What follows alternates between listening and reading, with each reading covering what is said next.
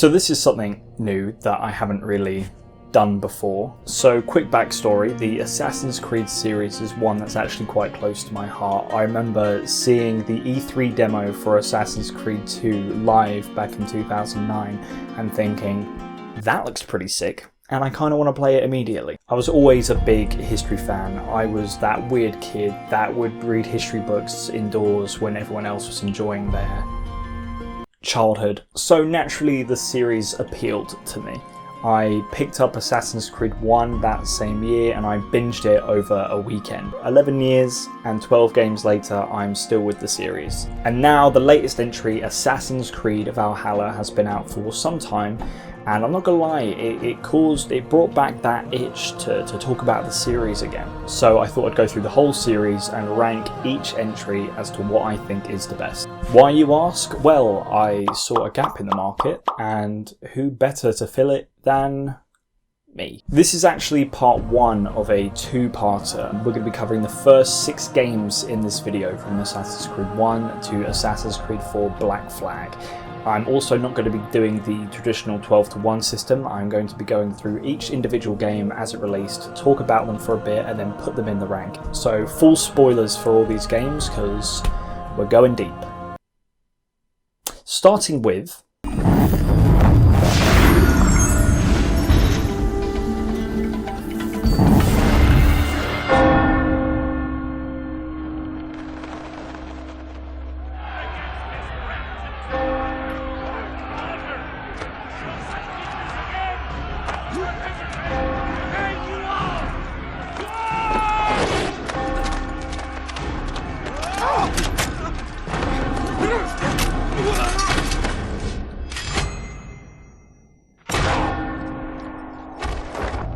Assassin's Creed was the first entry into the series. The game was set during the bloody and unforgiving Third Crusade in 1191 AD. Now when this game released, it was released to a lot of mixed reviews, with some critics flat out disliking it. The series hadn't garnered the praise that it would get yet. Now lots of people consider games like Assassin's Creed 3, Rogue or Unity to be the underdog of this franchise, but I think that title firmly belongs to Assassin's Creed 1. The story of Assassin's Creed 1 is actually very basic on paper, but I think that's one of the game's biggest strengths. You play as Altair ibn Lahad, a member of the Levantine Brotherhood of Assassins, a real group that actually performed politically motivated assassinations in this time period, after letting his ego get the better of him on an assignment, leading to the death of one of his 2 partners, with the other one losing his arm, him breaking all 3 tenets of the Assassin's Creed and causing a whole army of Knights Templar to attack the assassins' home village of Masyaf.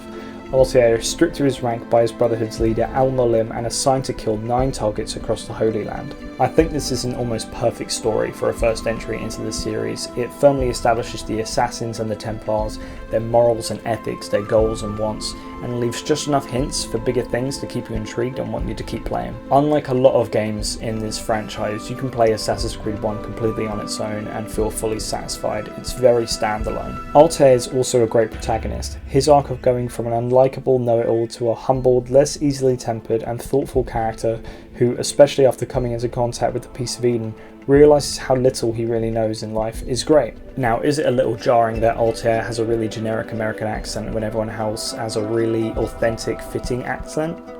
Yeah. Is the voice acting even that good? No. But the writing of his character is so good that I can easily overlook that, and Altair is easily in the top 3 best Assassin's Creed protagonists that the series has made, for me at least. I also love the whole modern day segment of Assassin's Creed, and AC1's modern day is really, really good. Like the main story, they keep it simplistic with just enough hints and breadcrumbs to bigger things that you want to keep digging, you want to go through all the emails, you want to listen to all the conversations, you want to know more and more about this world. If they had thrown the audience headfirst into this universe's lore, it would have been really overwhelming, so to keep it basic and simple was a really good move. The world this game is set in is also brilliant. The 3 major cities of this game are Jerusalem, Acre and Damascus, and they all feel very distinct and different, from the sunny, bustling streets of Damascus to the worn-torn, hopeless landscape of Acre. The size and scope of these cities, combined with their individual colour palettes and incredible soundtrack, just can't not make you immersed and really feel like you're in this time period. Now, gameplay is where things start to become a bit of a mixed bag for me. Now, stuff like the combat and the parkour I actually really like, and I really like that you're not a master at it straight away. You got to work at it, you got to put time into it, and it actually built into Altair's character arc of becoming a master assassin, so by the end you feel like the person you're playing. My gameplay problems mostly come down to the repetitiveness of it all. The game is extremely repetitive in its mission structure. Every time you're assigned to a target, you go to a city, talk to the guy behind the counter at the bureau, then you have to do investigations where you either sit on a bench and eavesdrop, you interrogate someone for information, or you pick someone's pocket. This is alright the first couple times you do it, but towards the end you are literally begging for something new to do. Luckily all of the assassination set pieces are good and varied, and they're actually all a lot of fun. Also, although the fact that the cities all look great, when it comes to side content and life, the cities also feel a little bit dead. It came out a few months ago that all the side content for Assassin's Creed 1 was made 5 days before they released it, because the CEO's son played it and thought it was boring and that there was nothing to do, and it really shows. Most of the side stuff is just collecting 5,000 flags, or you got to kill a few Templars, and that's about it. Although Assassin's Creed 1 definitely has some issues and actually feels a lot like a tech demo, it does hold a special place in my heart. The characters are great, the story is great, and the world looks amazing too. I completely get why issues like the repetitiveness put people off this game, and it can overshadow some of the greatness that's in it, but for me, I love the story, I love the characters, and I really like the world that it's set in, and I would love to see a remake. Assassin's Creed 1 ranks in the list at number 1 because there's nothing to compare it to, but will it stay there? That you have to watch and find out.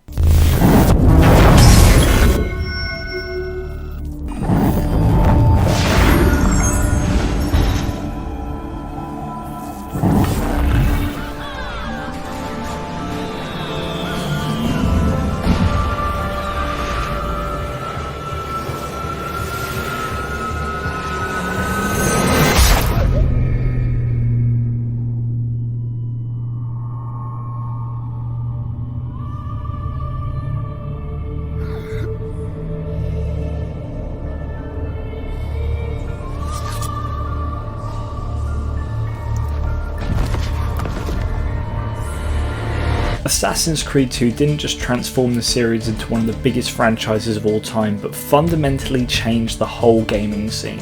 Assassin's Creed 2 created a foundation that almost all Ubisoft games would take inspiration from, as well as every open world from then on. Assassin's Creed 2's story picks up right from where Assassin's Creed 1 ended, with Desmond escaping the Abstergo facility that he was trapped in and trains to become an assassin himself by teaming up with the modern day assassins to relive the memories of Ezio Auditore in 15th century Renaissance Italy, who, after his father and 2 brothers are executed, seeks revenge on those responsible and becomes entangled in the secret war between the assassins and the Templars.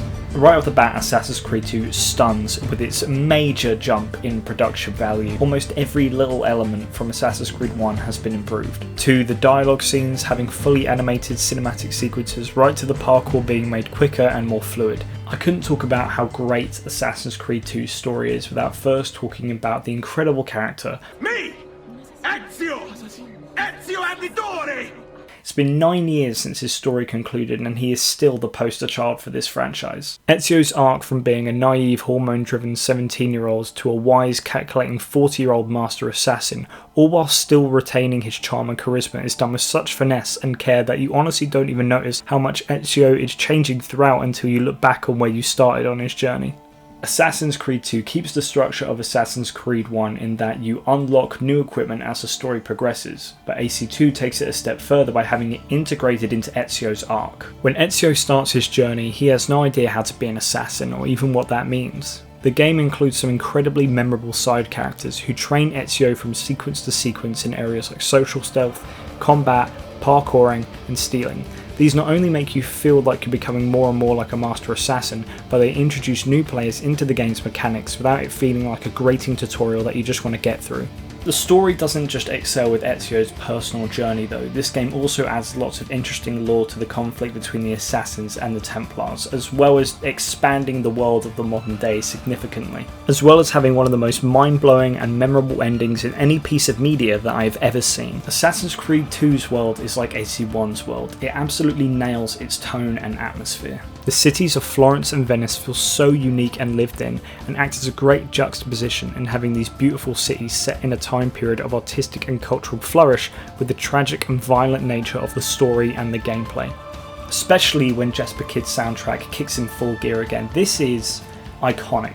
I really cannot express how great Jesper Kid's music is in this game. Its bombastic tracks that play during a fight or chase sequence are just as great as the ambient music that plays when you're just walking through the streets of Venice at night. When it comes to issues with the game, I have a couple. First off are the side activities again. They're fine, don't get me wrong, but they're not very memorable outside of the Armor of Altair puzzles and the Truth puzzles. Another issue that I have is with the villains of the game. They're all a bit too villainous for me. Like I said with AC1, I prefer it when the series blurs the line between the morality between the Assassins and the Templars. In Assassin's Creed 2, it's very black and white.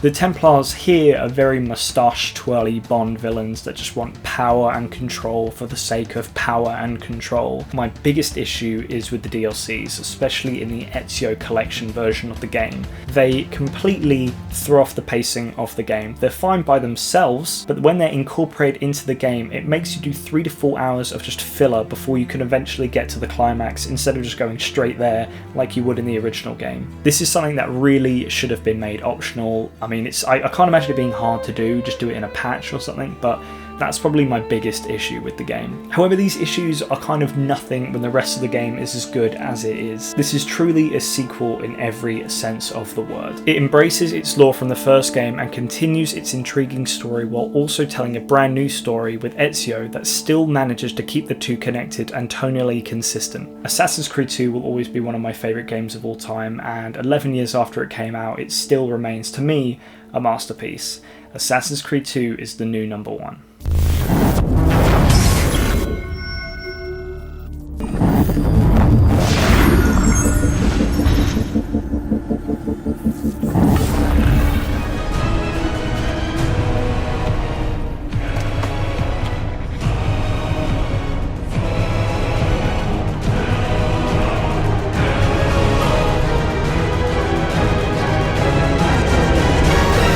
Massive success of Assassin's Creed 2, Ubisoft didn't want to abandon the character of Ezio. He was so popular that they wanted to keep him going.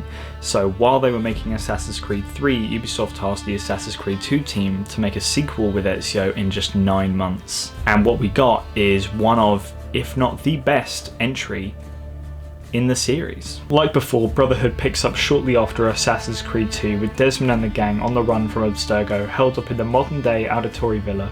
Desmond dives back into the memories of Ezio to track down his piece of Eden to get more information on how to prevent the coming apocalypse. Ezio returns home from his adventures at the end of AC2, expecting to retire and live an easy life, but is instead thrusted into more conflict when Cesare Borgia and his army invade his hometown of Monteriggioni, kill his uncle, and steal his Apple of Eden. Ezio travels to Rome to finish his work once and for all, rallying the oppressed people of Rome to... Did I ask you to say anything, woman? You know what? Shut up. Right. Ezio travels to Rome to finish his work once and for all, rallying the oppressed people of Rome to his side and joining the Assassin's Brotherhood. The story of Assassin's Creed Brotherhood is great. It's not the big epic saga that spans over 40 years like Assassin's Creed 2, but it still tells a big scale narrative that continues all of the arcs that Assassin's Creed 2 has started. Not only does Ezio return, but so do most of the memorable side characters from Assassin's Creed 2 to help build on Ezio's journey through this game. Ezio, although being a much wiser, trained assassin, still has a few character flaws from the Assassin's Creed 2 days, mostly being his stubbornness. Ezio refuses to take blame for what happened at the start of the game, as well as refuses to let his sister become an assassin after telling him time and time again that she is ready, and is finally worn down after he sees firsthand what she can do. Over the course of the game and in the subtlety of the writing, Ezio goes from being a stubborn master assassin to a humbled mentor of the Assassin's Brotherhood, culminating in an extremely satisfying third act of leading your recruited assassins and side characters on multiple attacks against the Borgia family.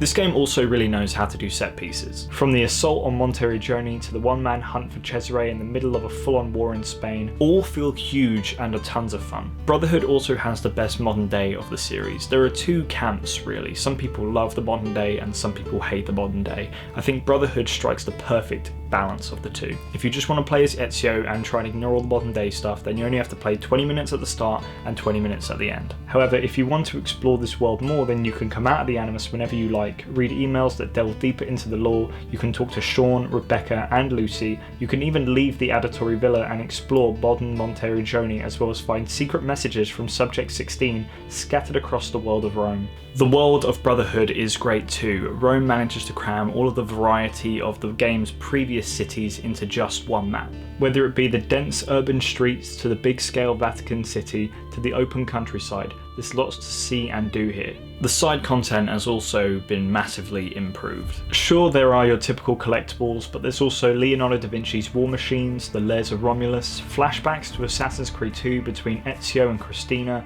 guild challenges, assassination missions, Borgia-owned towers to destroy, buy and renovate districts of Rome, and individual narratives for the mercenaries, courtesans and thieves guilds in Rome. The game strikes the perfect balance of having a fun open world with just enough things to do that it doesn't feel overwhelming for the player. I know some people have issues with the combat being too easy, as once you kill one person you can easily string together a whole bunch of kills, but I personally don't mind it. I think it actually adds more to Ezio's character.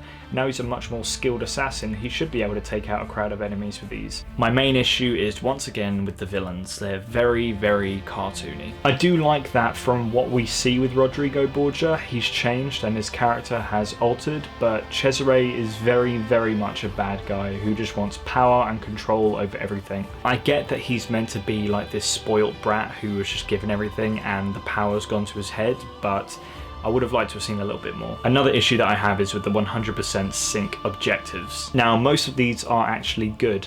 I like a little extra challenge thrown in there. It definitely makes you plan your actions more when you're playing a particular mission, and it boosts the replay value a lot. But holy some of these objectives are just plain cruel. That tank mission has actually given me PTSD, and I never, ever want to play that again. Also, as much as I love the Assassin's recruit system, it does make the thieves, mercenaries and courtesans mostly useless, and you never end up using anything outside of the assassins unless you have to for story reasons. And finally, the armor of Brutus is actually disgusting. Like, what is that?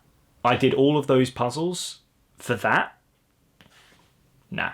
Assassin's Creed Brotherhood is an anomaly. It took the existing foundation of Assassin's Creed 2 and elevated everything, as well as adding tons of new elements that somehow all work. It brought us a great narrative, a great continuation of Ezio's journey, and the best modern day of the series, as well as a big jump in graphics, all within the span of just 9 months, with their creative director leaving halfway through development. I love Assassin's Creed Brotherhood. It has always been tied with Assassin's Creed 2 on my list for me, but I think with everything that I've just explained, Brotherhood inches just a little bit in front. Assassin's Creed Brotherhood is now the new number 1. I promise that not everything is going to be number 1 from here out, don't worry.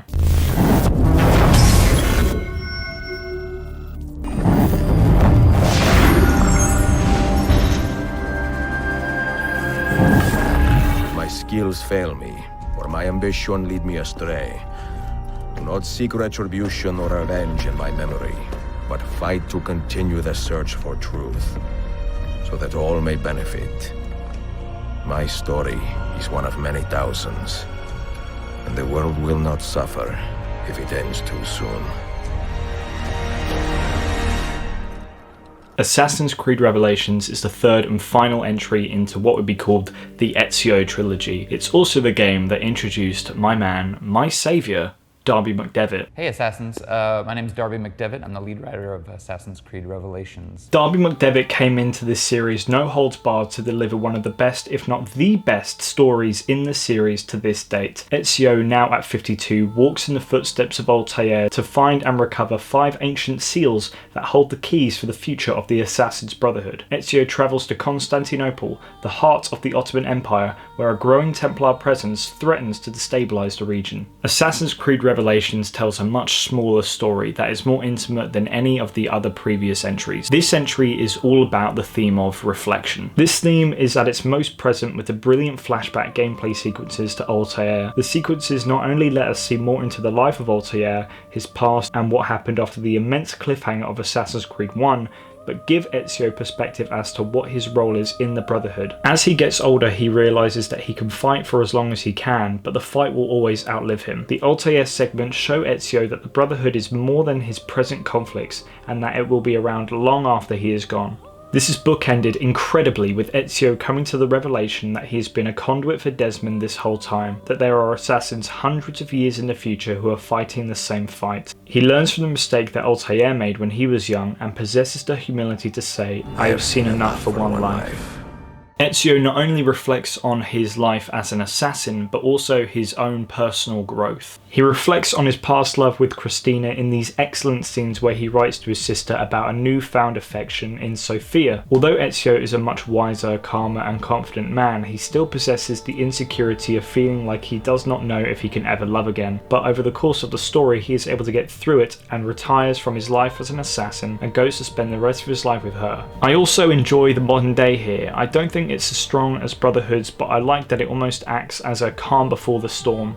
We get to do these optional first-person puzzles. They give us lots more backstory to Desmond and flesh out his character even more and what the dynamic is between him and his father, which will become pivotal later on. The decision to set the game in Constantinople was also a genius idea. Seeing as this story is about both Altair and Ezio, it was a really wise decision to set it in a backdrop that mixes both of their cultures. Constantinople is set on the border of Europe and Asia, blending the European world of Ezio and the world of the Middle East from Altair. The world is filled with colour and culture, and when you're walking through the streets with the score from Jesper Kyd and Lauren Balfe, which is my favourite soundtrack of the series by the way, you really do feel like you're in what was considered the crossroads of the world at the time. I do have issues though. Constantinople feels small. Now, although smaller doesn't necessarily mean worse, its lack of variety does. Where Rome was one city that had urban areas and countryside areas, Constantinople is smaller in size and is also all urban, with lots of places looking rather samey. Also, the fact that a lot of the brilliant side content from Brotherhood is missing here adds even more to the emptiness of the map, as there is nowhere near as much to do. There are, however, side storylines for your assassins recruits,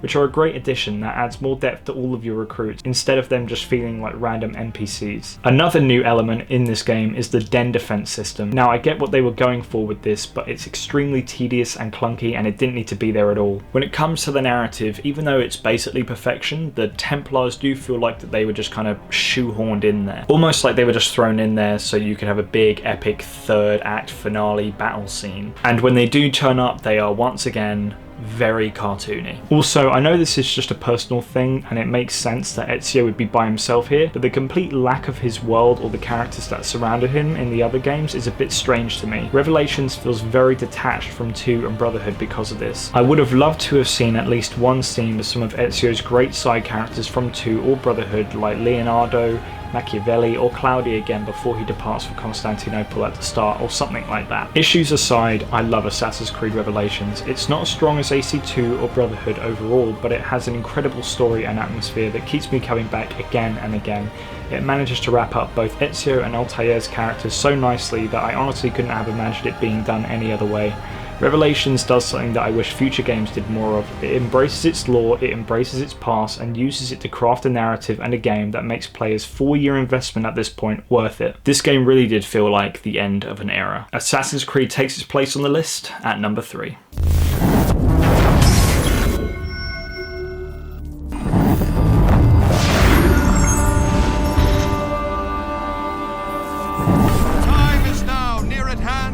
Determine whether Americans are to be free men or slaves. Our cruel and unrelenting enemy leaves us only the choice of brave resistance or the most abject submission. We have, therefore, to resolve to conquer or die.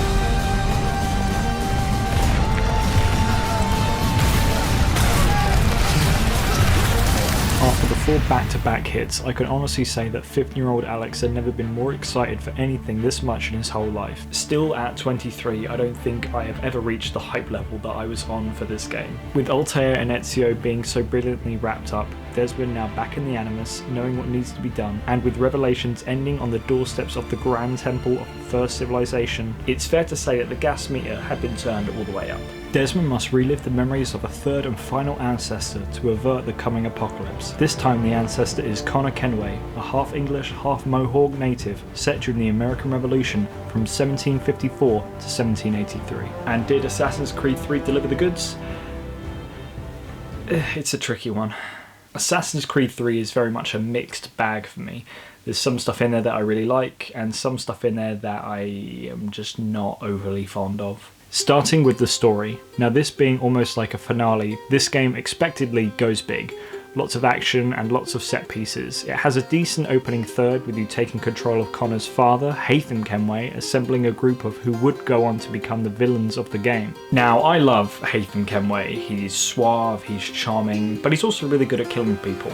He's basically the Assassin's Creed version of James Bond. I also really like that we're introduced to our antagonists one by one, setting up their personalities, their wants and needs, and it makes for an interesting dynamic when you have to hunt them down as Connor later on in the story. I also like the romantic dynamic between Haytham and Zio. It's when we switch to adult Connor that I have problems. Before Assassin's Creed 3, the historical setting was always in the background, kind of like set dressing.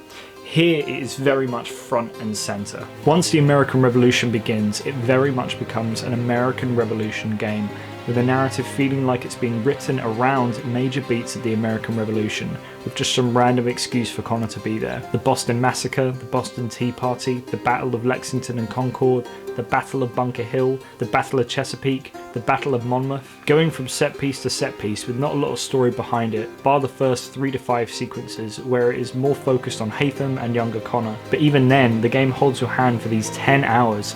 The open world is also locked off during these sequences, with it not being opened up to you until you're halfway through the game as adult Connor. Even then, you only get 2 sequences in the open world until you're once again locked off from it in a very uninteresting story segment set inside of a prison. The assassination sequences in the story are also very scripted and linear. You have little to no control as to how you perform them, unlike in previous games. It's very unfortunate to see the series take a step back when they had just hit the perfect mix of open world and story. This very much feels like it is a linear story being forced to take place in an open world that's only open to you for half the game. Now, Connor's arc has an interesting setup and feels like it's going places until he becomes an adult, where his personality is exactly the same as his child and teenage personality. He's very naive and often makes choices that would make you want to bang your head against a wall. This is fine when you're writing someone younger, but over the whole story, Connor doesn't seem to change at all, and it makes him very hard to relate to or sympathise with. The performance is also very monotone and wooden, sometimes very wooden in dialogue scenes that take place outside of the main story. There is a point where Connor and Haytham meet, both as adults, and form a sort of truce, and I enjoyed their dynamic quite a bit, even though most of it is just Haytham shutting down Connor. Speaking of the villains, they did a really good job at blurring the morals of the Assassins and the Templars here. In all of the confession scenes, our targets give us a logical reason as to why they were doing what they were doing, making us as the audience question if we're really the good guys here and if what we're doing is right. Apart from Thomas Hickey, he's just a villain. However, unfortunately the game doesn't really go much deeper with this, where in AC1, Altair would speak with Malik or the other people at the bureaus about what his targets said to him when he killed them, and we got to see Altair grow and change because of those conversations. Here, Connor just seems to not care what they have to say and sees everything in black and white, like, no, you're the bad guy and I'm the good guy. The only exception to this is when Connor and Haytham interact, making Connor question his morals a bit, which is why I like that segment of the story as much as I did. The rest of the characters in this game are also unfortunately very forgettable, and they feel like they're just there to lead Connor from set piece to set piece or tedious mission to tedious mission. The modern day here is also a bit of a mixed bag for me. I still love Desmond, Sean and Rebecca, and I love all of their dialogue. And I really like the segments where Juno is telling us all about the 6 failed methods of salvation. The music was great, in fact the whole soundtrack is great. I expected this game to have Desmond do Mission Impossible style missions, as the whole point of AC2 was to train him to have these assassin skills, so I wasn't initially against Desmond doing similar things to his ancestor here, such as parkouring big buildings and getting into combat. But now it all feels a bit off to me. That vibe that Assassin's Creed 1 to Revelations had just isn't present here. Those games had this really small scale, intimate, almost eerie feeling, whereas here it's very big scale, going from the Grand Temple to New York to Brazil to Italy, storming Abstergo and slaughtering hundreds of guards. It was nice to see the old Animus room from AC1 again with the Subject 16 markings, but it all felt a bit fan servicey, which isn't bad necessarily, but it just didn't feel earned. Also, the ending for AC3 is very abrupt, and the fact that the story with Juno that they kind of end with is just kind of forgotten about later on and wrapped up in a comic that no one read just makes the whole thing feel a bit empty in hindsight. Unfortunately, also the world of Assassin's Creed 3 is a bit of a mixed bag for me. I like the frontier a lot, even though I prefer a dense city. They did a good job at making the frontier as dense as the cities. It's big and expansive with lots to do and often looks really nice graphically. The homestead is also something I really like. Having this miniature woodland that slowly becomes more and more filled with life as people move in, all with their own stories, is a fantastic addition. By the end, it has a very nice sense of community to it. The cities, however, I have problems with. Boston and New York are, let's face it, crap.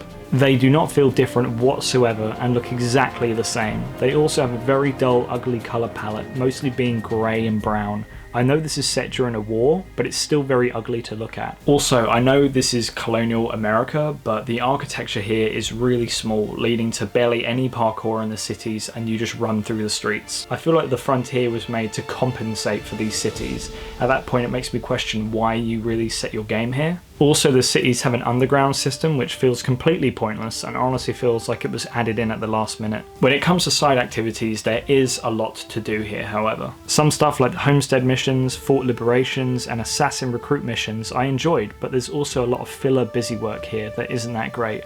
Especially the crafting, put that in the bin. One massive standout, however, is the naval. This addition is excellent, and the game wisely uses it just enough that it does not feel overused or forced. Assassin's Creed 3 aims high, but does not quite stick the landing for me. It has an expansive world that has lots to do in, and you can easily get immersed and have fun in, especially when the music is in full force. But the story and characters it is filled with are just not that interesting and didn't become quite the blockbuster that Ubisoft wanted it to be. Over time, this game has garnered a lot of fans and is actually looked at quite favourably by a lot of people, and I can understand why, but for me, I have more cons than pros. Which is unfortunate because I really did want to love this game, and for a while I did, but with each replay the flaws just became more and more apparent to me. Assassin's Creed 3 takes its place on the list at number 5.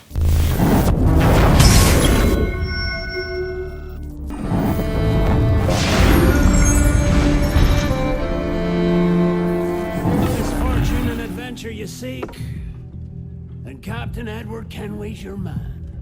Only don't meddle in his private affairs, for there's more mystery to that man than even I dare ask.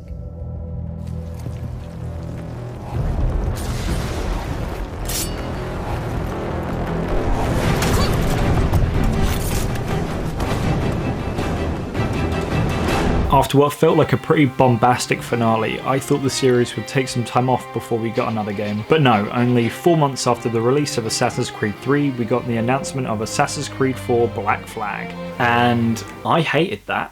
I remember being quite mad at the time that we were getting another numbered game in the series so soon, and with such a big emphasis on the pirate setting over the Assassin's story when it was revealed. It felt like Ubisoft were just making big epic historical games with the Assassin's Creed label slapped on it to make money. But then I played it and I was very wrong.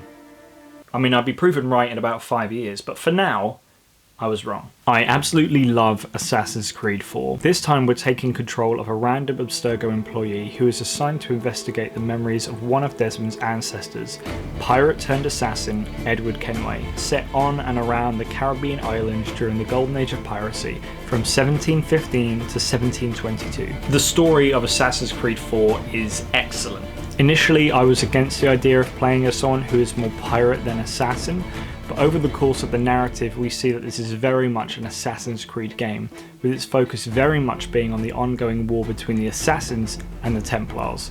The man, the myth, the legend, Darby McDevitt returns to deliver another personal, intimate story about Edward Kenway and his journey from selfish, arrogant and irresponsible pirate who just wants to live an easy life, to a reflective, humbled and caring assassin. Like a lot of people in their early 20s, Edward feels like he is indestructible, making lots of brash decisions and getting into trouble with little to no thought of the consequences for his actions, and just generally living day by day. When Edward even meets the assassins for the first time, he doesn't buy into their logic and pokes fun at it at every opportunity. However, over the course of the story we are introduced to the game's incredible cast of memorable side characters like Blackbeard, Benjamin Hornigold, Mary Read, Jack Rackham and Charles Vane, all incredibly written and well acted. And then Darby kills all of them. By the end of the game, Edward is left with just Anne Bonny and his quartermaster Adewale.